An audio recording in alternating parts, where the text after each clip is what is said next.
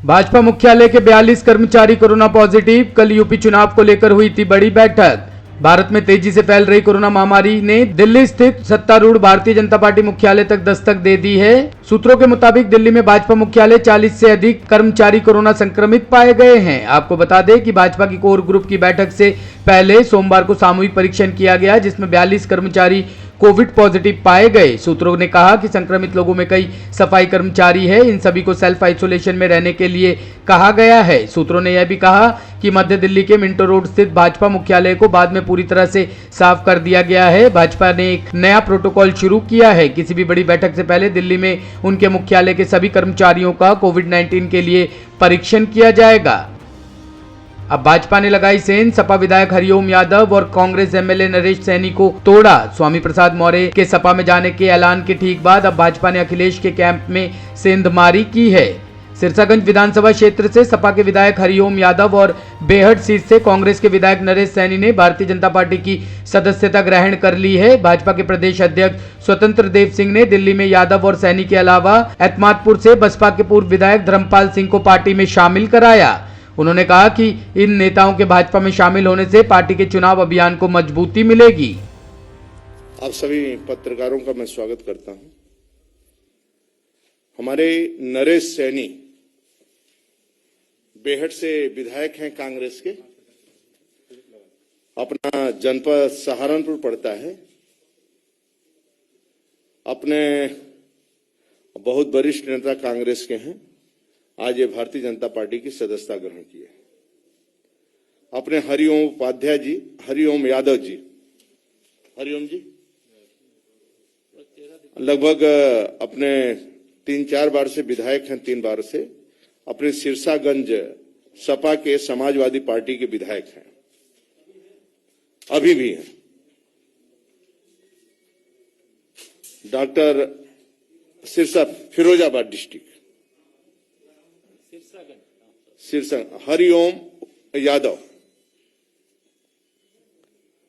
अपने डॉक्टर धर्मपाल सिंह जी पूर्व विधायक हैं एतमादपुर से सपा के।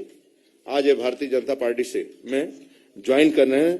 ये तीनों महानुभावों का आदरणीय मोदी जी, आदरणीय योगी जी, आदरणीय नड्डा जी, सभी को विश्वास में आज पार्टी की लोकप्रियता और जो गरीबों के लिए, गांव के लिए, दलितों के लिए, शोषित वंचितों के लिए, आदिवासी, वनवासी, गिरवासियों, ऐसे बनटांगिया, थारू और मुसहरों के लिए जो गरीबों के लिए काम हो रहा है, उनकी लोकप्रियता के कारण आज भारतीय जनता पार्टी की सदस्यता आप सब ग्रहण कर रहे हैं। मैं आदरणीय नरेश सैनी जी को, आदरणीय हरिओम यादव जी को, आदरणीय डॉक्टर धर्मपाल सिंह जी का मैं हृदय से स्वागत करता हूं और इन लोगों का अभिनंदन करता हूं। भारतीय जनता पार्टी में अपेक्षा करता हूं कि भारतीय जनता पार्टी के विचारधारा के प्रति परिश्रम की पराकाष्ठा करेंगे और इनके आने से पार्टी का कद बढ़ेगा। बहुत बहुत धन्यवाद। दिग्विजय सिंह ने आरएसएस पर साधा निशाना। कहा वह सनातन धर्म के खिलाफ। कांग्रेस के राज्यसभा सदस्य और पूर्व मुख्यमंत्री दिग्विजय सिंह ने एक बार फिर आरएसएस पर हमला किया है। उन्होंने कहा कि आरएसएस सनातन धर्म के खिलाफ है, क्योंकि सनातन धर्म में सभी धर्मों का सम्मान किया जाता है। आरएसएस उसकी विचारधारा के खिलाफ है।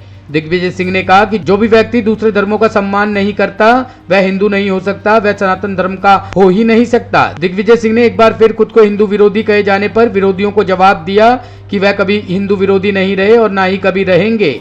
उन्होंने कहा धर्म उनके लिए कभी राजनीति का हथियार नहीं रहा, वह केवल आस्था का सवाल रहा है। आप वो नेता हैं जिसके निशाने पे आरएसएस हमेशा से रही है और लगातार आप आरएसएस के खिलाफ लगातार बोलते रहते हैं, बताते रहते हैं। तो आरएसएस आपके निशाने पे क्यों रहती है हमेशा?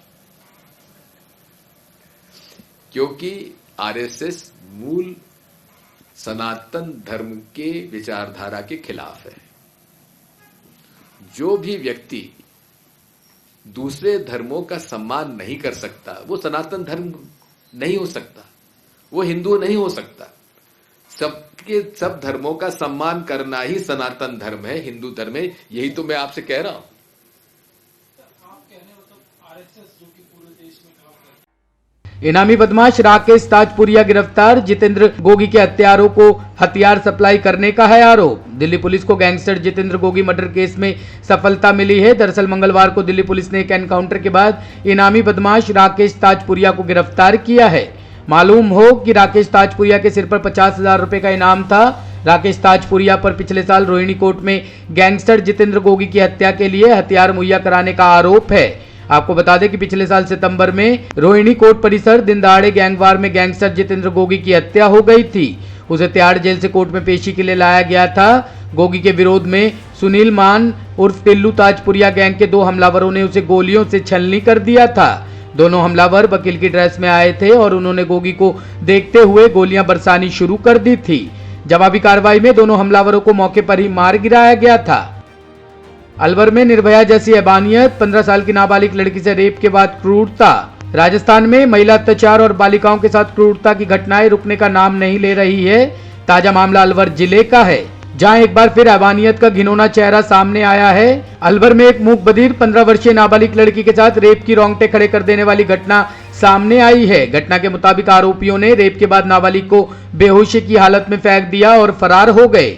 फिलहाल पीड़ित नाबालिग को अलवर से जयपुर के सवाई मानसिंह अस्पताल में भर्ती किया गया है, जहां उसकी हालत गंभीर बनी हुई है। अस्पताल में पीड़िता अब जिंदगी और मौत के बीच में जूझ रही है।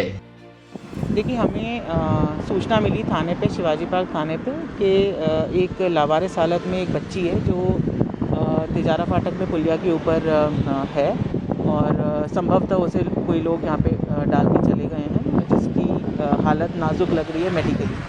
तुरंत पुलिस मौके पे पहुँच के उसको अभी आईसीयू में हमने भर्ती कराया है। मैं खुद वहाँ पे हॉस्पिटल में थी। बच्ची प्राइमा फेसी जो डॉक्टर्स ने बताया है, अभी तक बताया कि मानसिक रूप से थोड़ी विक्षिप्त बच्ची है। बच्ची कुछ बोल नहीं पा रही है। हालांकि उसकी ब्लीडिंग प्राइवेट पार्ट्स में से काफ़ी हुई है, तो संभवतः सेक्सुअल असॉल्ट का मामला है। और अभी हम यहाँ मौके पे हैं, एफएसएल बुलाई गई है, तफ्तीश पूरी जारी है और जो भी विधिक कार्रवाई इसमें होगी वो जल्द ही अमल में लाई जाएगी। माता पिता द्वारा कोई एफआईआर दर्ज थाने ये अभी तक बच्ची की कोई पहचान नहीं हो पाई है। जैसी पहचान होती है तो आगे और क्लियर हो जाएगा। कितनी देर पहले की घटना? ये तुरंत ही, अभी जैसे ही सूचना मिली पुलिस वहाँ मौके पर पहुँच गई थी और बच्ची को अभी हम भर्ती करा के आईसीयू में हम लोग सीधा यहाँ पहुँचे। ब्यूरो रिपोर्ट, टीम तफ्तीश न्यूज।